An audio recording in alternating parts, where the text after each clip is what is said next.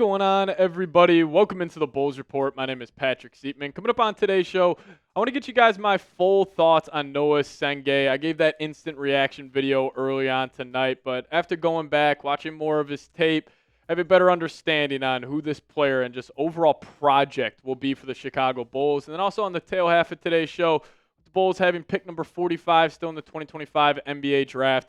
I'll go over 5 draft targets that I want to see the Chicago Bulls select. I am going to keep this more guard-focused. Obviously, we know the Bulls have a need for a center, but I do like the options they have at the guard position at pick number 45. Now, I'm also going to assume that potentially a Kobe White trade could be happening or Lonzo Ball. We are getting reports from Joe Cali that both those guys could be dealt, so maybe the Bulls will have, a need at the guard spot that doesn't look too clear right now. But we will be live for round 2 of the NBA draft. So if you guys want to tune in, please hit that subscribe button. Right now we're at 12,108 subscribers. So if we can pick up, I don't know, maybe about 40 subs off today's show, that would be awesome. We're going to post Bulls videos all throughout the summer. We're breaking down a lot of Summer League tape for Noa Essengue. So if you guys could hit that subscribe button today and also make sure you tune in for our day 2 draft coverage for your Chicago Bulls. But after watching Essengue a little bit more, I decided to give this pick a B-.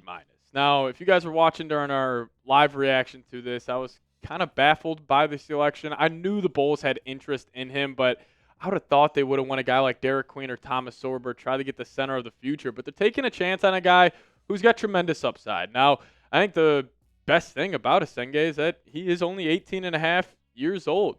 6'9", has a slight frame, 194 pounds, so he's going to have to eat a lot of deep dish pizza here in Chicago. Hopefully, Lou Malnati's and Giordano's get him hooked up with a sponsorship or something. But in all seriousness, it starts defensively with Noah. He has great lateral quickness, which allows him to switch on the perimeter and detain guards. I love his switchability. He could guard 1 through 4 at a very high level. And he's a good connecting passer, I will say. He makes some sharp decisions, quick decision maker, and they did use him a lot in that short roll area this past season, which, if he's setting the pick and roll, Giddey gets blitzed off the ball, you can just dump it down him, and he can attack 4-on-3 with his athleticism. He can get to the rim.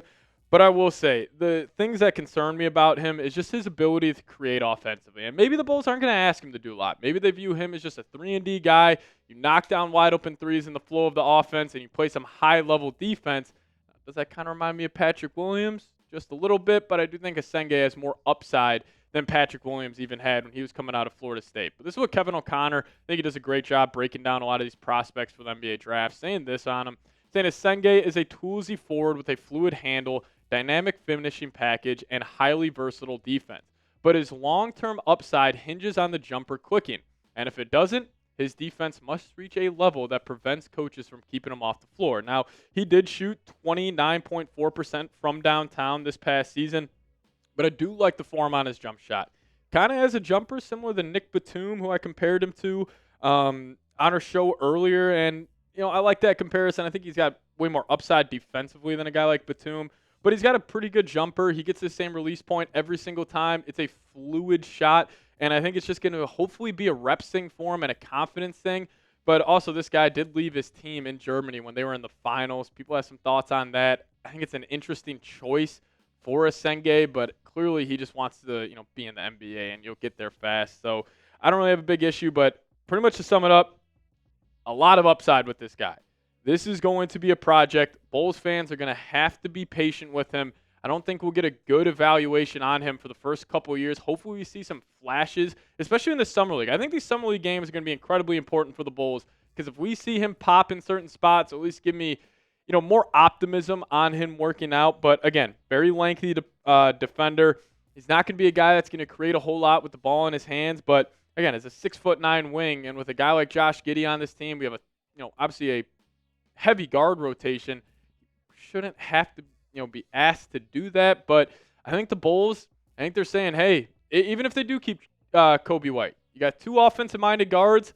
We got 2 defensive-minded wings now in Buzelis and Essengue, and then we'll find out who that center of the future is. Hopefully, eventually, is Vooch. He's got 1 more year on his contract. He could be traded, but who knows? But I'm going to give this a B-. You guys let me know your thoughts. Grade the pick for me down below in the comment section, A, B, C, D, or F. Now we'll talk about some day 2 draft targets. for the Chicago Bulls here in a second. But if you guys want to get a Bulls draft hat, head over to chatsports.com/Bulls draft. I think these things are pretty sweet. Honestly, Essengue was rocking it today. Love the text. Love the color here. So if you guys want to pick one up, I have that link for you guys in the comments section and description of today's show. But chatsports.com/Bulls draft. Check it out today. Make sure you guys click that link and pick up yourself a new Bulls draft hat. All right, so we're going to look at round 2 here. And with the Bulls having pick number 45, I want them to get a proven player, a guy who can come in and make an impact right away. Now, I know a lot of people will want the Bulls and maybe attack a center. And quickly here, Rocco, the 7'3" man from Australia. He's 19 years old.